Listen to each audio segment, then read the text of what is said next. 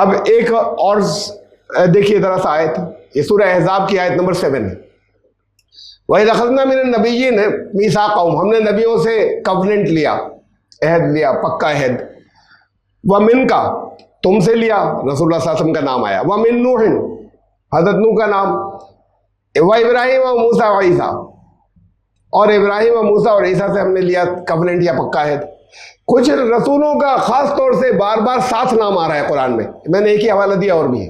انہیں مانا جاتا ہے، کہا جاتا ہے کہ یہ اولو العزم رسول تھے، یہ انقلابی رسول تھے، یہ ان کے ساتھ میں کچھ بڑے ایونٹس ہوئے تھے، بڑے واقعات ہوئے تھے، اور ان کا تذکرہ بہت خاص اہمیت کے ساتھ میں، اور قرآن ان کو بار بار ایک ساتھ لایا ان ناموں کو۔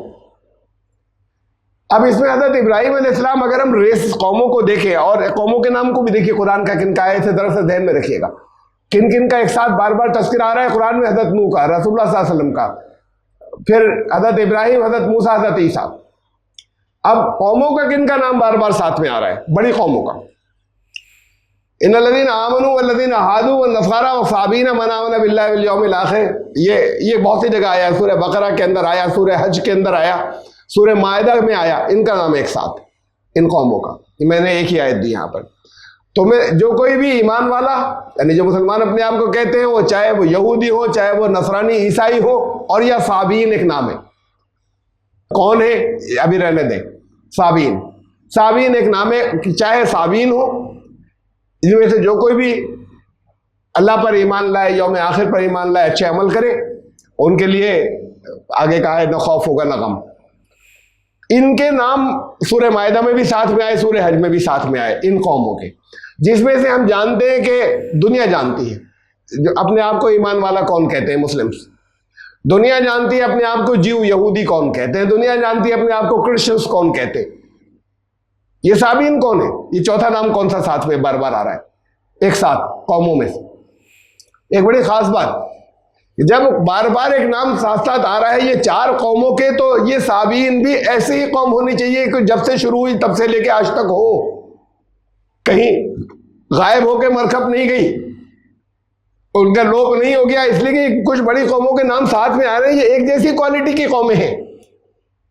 مسلمان یا مسلم یا ایمان والے جو اپنے آپ کہتے ہیں محمد رسول اللہ صلی اللہ علیہ وسلم سے شروع ہوئے، دنیا میں بڑی تعداد میں ہے، ایک امپورٹنٹ، ایک اہم قوم ہے، اور ہے آج بھی۔ عیسائی حضرت عیسیٰ علیہ السلام سے شروع ہوئے، آج بھی دنیا میں موجود ہے، ایک بڑی تعداد کے اندر موجود ہے، ایک اہم قوم ہے دنیا کی۔ یہودی حضرت موسیٰ علیہ السلام سے شروع ہوئے، ایک اہم قوم ہے دنیا کی، آج بھی ختم نہیں ہو گئے، دنیا کی اہم قوموں میں سے ان کا ذکر آتا ہے، چاہے تعداد میں کم ہو۔ یہ صابین کون ہے؟ تو صابین بھی ایسے ہی کوئی قوم ہونی چاہیے جن کا ذکر بار بار ان 3 کے ساتھ میں آ رہا ہے، کہ جب سے شروع ہوئے تب سے لے کے آج تک ہو دنیا میں موجود، دنیا انہیں جانتی ہو، اہم قوم ہو۔ اتنی باتیں تو ہونی چاہیے، صابین وہ ہوں گے۔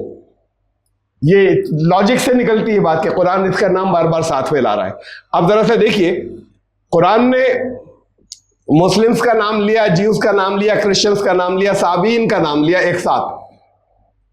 اب صابین کون ہے یہ ابھی کوشچن مارک ہے۔ ایسے ہی ہونے چاہیے کوئی کہ جب سے شروع ہوئے تب سے آج تک ہو، اور امپورٹنٹ بھی ہو، اہم ہو دنیا کے اندر۔ جن رسولوں کا ایک ساتھ نام لیا قرآن نے، حضرت ابراہیم کا تعلق تو انہیں ہم چھوڑ رہے ہیں، حضرت ابراہیم کو اس کا تعلق جیو سے بھی ہے، کرسچن سے بھی ہے، اور مسلمانوں سے بھی ہے۔ اب یہ باقی ہم رہ گئے 4 رسول، حضرت نوح، حضرت موسیٰ، حضرت عیسیٰ اور رسول اللہ صلی اللہ علیہ وسلم۔ یہ 4 نام آ رہے ہیں، محمد صلی اللہ علیہ وسلم، حضرت نوح، حضرت موسیٰ، حضرت عیسیٰ، قرآن میں بار بار ایک ساتھ آ رہے ہیں۔